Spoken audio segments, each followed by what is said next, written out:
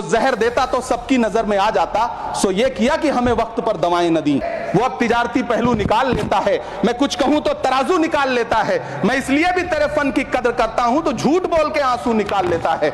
सभापति महोदय, मैं आपके सामने खड़ा होकर के एक बहुत छोटी सी कहानी सुनाना चाहता हूं कि महान बादशाह सिकंदर ने जब यूनान फतेह किया तो जीत का जश्न मनाने के लिए शहर की सड़कों पर निकला। तो उसने देखा कि पूरा शहर तो जश्न मना रहा है, एक फकीर सड़क के किनारे चादर तान के सो रहा है। सिकंदर को गुस्सा आया, घोड़े से उतरा, उस फकीर के पास गया और उसे सोता देख करके उसे जोर की एक लात मारी और लात मार के कहा कि क्यों रे फकीर, मैंने यूनान फतेह कर लिया, लोग जश्न मना रहे हैं और तू सो रहा है। उस फकीर ने उन्नीदी आंखों से सिकंदर को देखा और देख करके कहा कि शहर जीतना बादशाहों का काम है, लेकिन लात मारना तो गधे का काम है। सभापति महोदय, गरीब जनता को लात मारना बंद करिए। ये अमीरों के लिए बनाया गया बजट है, ये निराशाजनक बजट है। हम अमृतकाल सुनते आ रहे थे, ये अमृतकाल इतनी जल्दी समाप्त हो गया कि अब अमृतकाल का कोई नाम तक नहीं लेना चाहता है। जिस बजट में मनरेगा के लिए 1 रुपए की बढ़ोतरी ना हो, वही पुराना 86,000 करोड़, जबकि पहले ही 9,754 करोड़ का घाटा हो।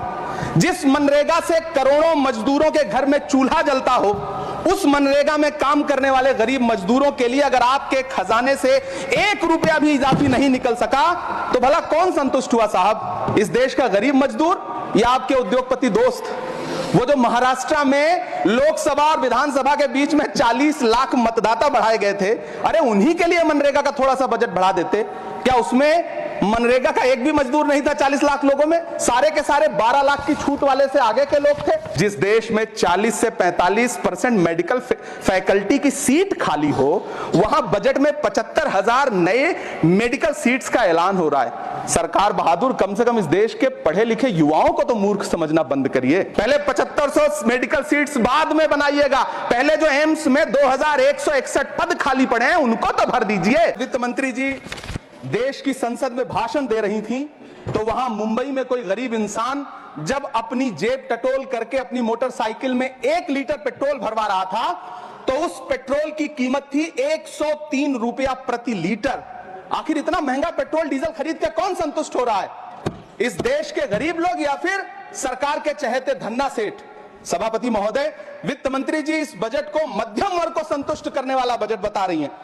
अरे मैडम, हम आप यहां पर बैठे रहते हैं और वहां बाहर इसी दिल्ली में 1 लीटर दूध, चाहे वो अमूल का हो या फिर मदर डेयरी का हो, उसकी कीमत 73 रुपए लीटर है। इतना महंगा बेच करके कौन संतुष्ट हो रहा है? गरीब जनता या आपके धन्ना सेठ दोस्त? सभापति महोदय, इस सरकार का बाजार और महंगाई पर कोई नियंत्रण नहीं रह गया है। चाहे देश में लहसुन